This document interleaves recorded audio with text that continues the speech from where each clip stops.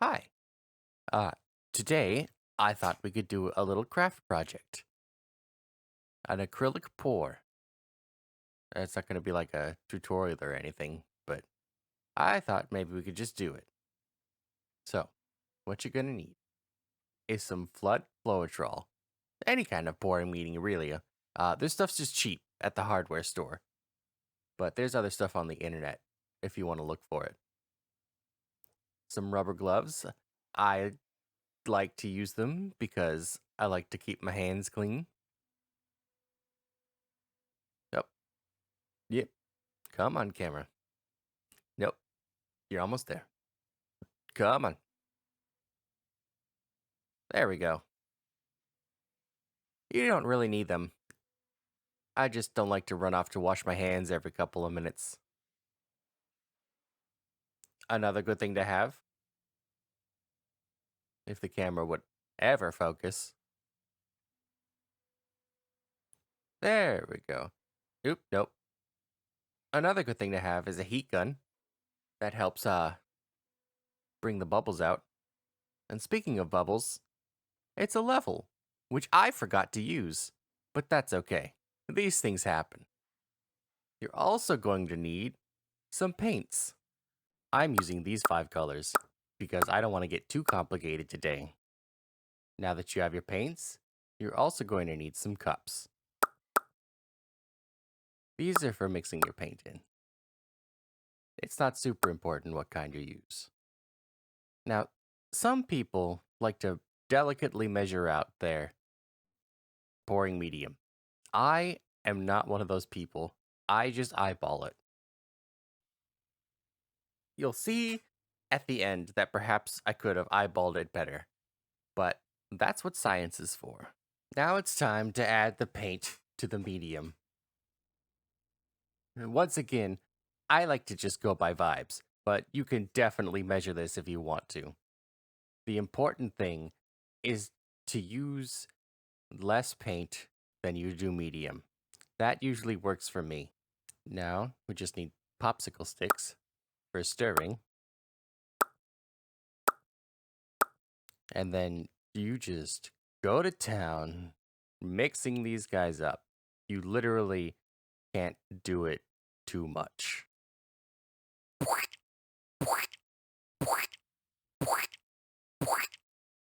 Now we take some of this cell medium that I got.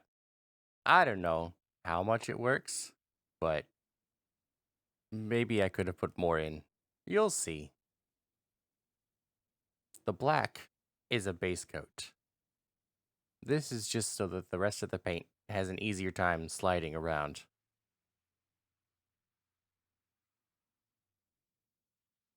A little messy there. That's fine. You can see my ratty old t-shirt that I'm wearing so I don't ruin any of my good clothes. Now, we blast it with the heat gun so that we can pop most of the bubbles that are in there.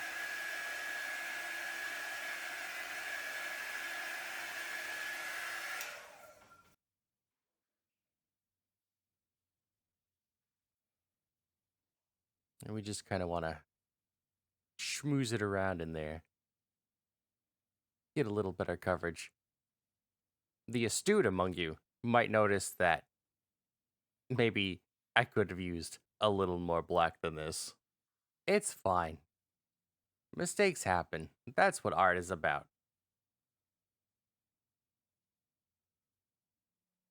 And here comes the color. Bloop. And bloop.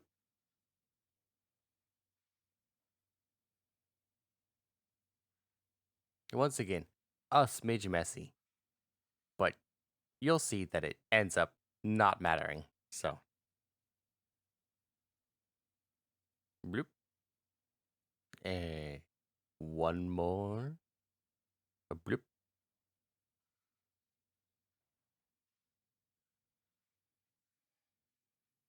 Some of you might even know where I'm going with this.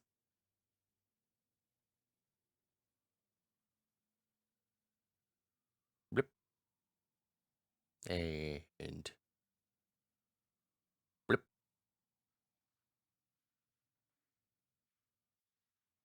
Now comes the cool part. We're going to take some white paint and then we're going to take a palette knife. We're going to load up the palette knife with white paint. We're going to make a big mess, but that's what painting is about. Now, putting very light pressure, we're going to swipe the colors over the black using the white paint. I perhaps should have made the white paint thinner, maybe put some oil in it. But usually when it breaks, it's much more impressive than this.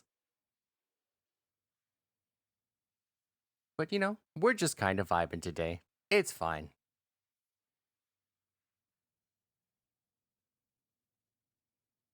I'm gonna reload my palette knife. My philosophy in art is that a lot of people worry about art being good.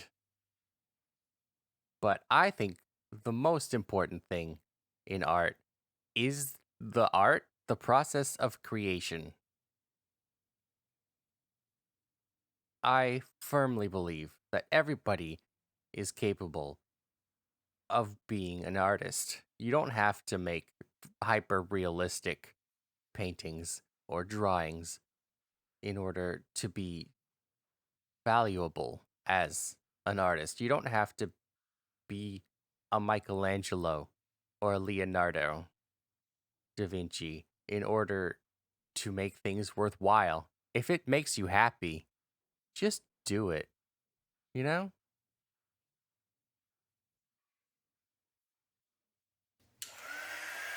Just carve out some time. Do some more bubble blasting. This usually helps breaks up the white paint, and then you get like some cool uh cellular action going. Now, we just kind of spread the paint around. This takes kind of a while, so maybe I'll speed it up.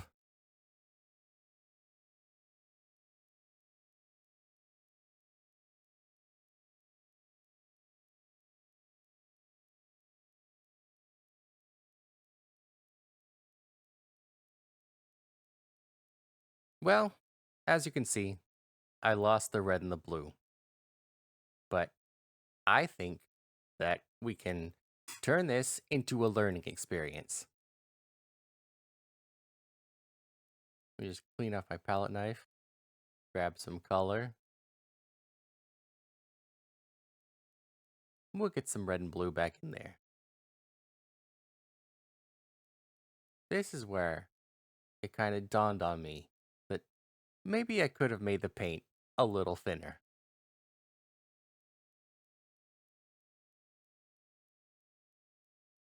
But it's okay.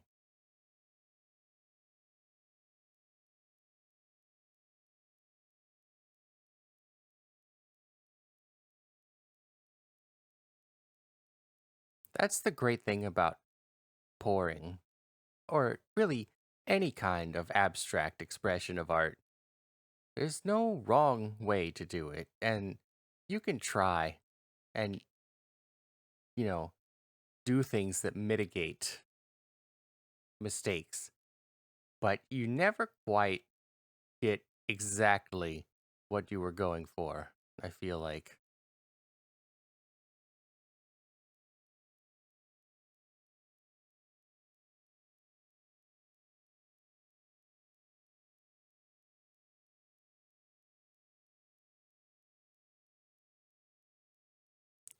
Once again, not exactly what I was going for, but I think it's interesting.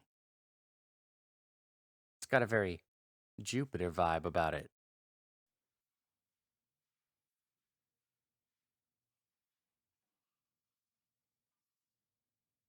Now I'm gonna patch up the sides. I didn't quite have enough paint when I tilted it.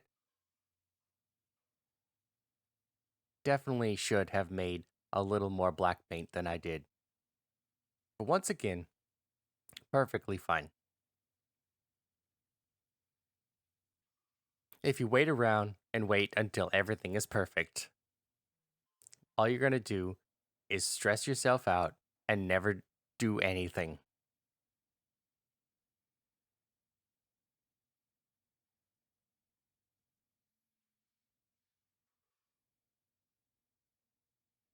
And it's just easy enough to take some paint and cover up the bald spots with a popsicle stick.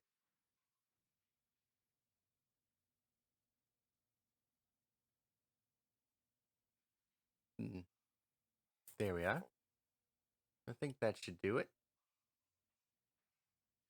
Now we're gonna hit that part. I like I like the sound of a heat gun.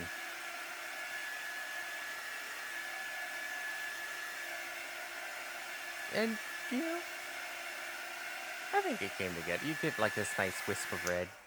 You don't really get any of the blue, but que sera sera. And there we are. A nice pour painting, handmade. Now I don't have to worry about getting my hands dirty anymore. Oh, and on the way home, I caught a shiny chestpin. Hooray! Bing! There he goes.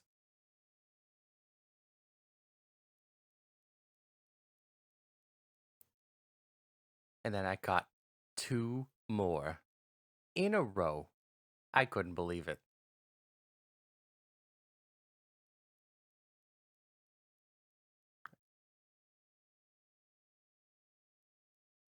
Ping!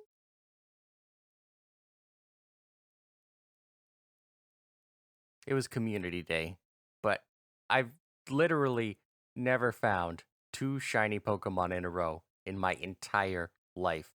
I felt like the luckiest guy in the world. Anyway, follow me on Twitter, you know, for now. Uh, I'll see you guys later. Have fun.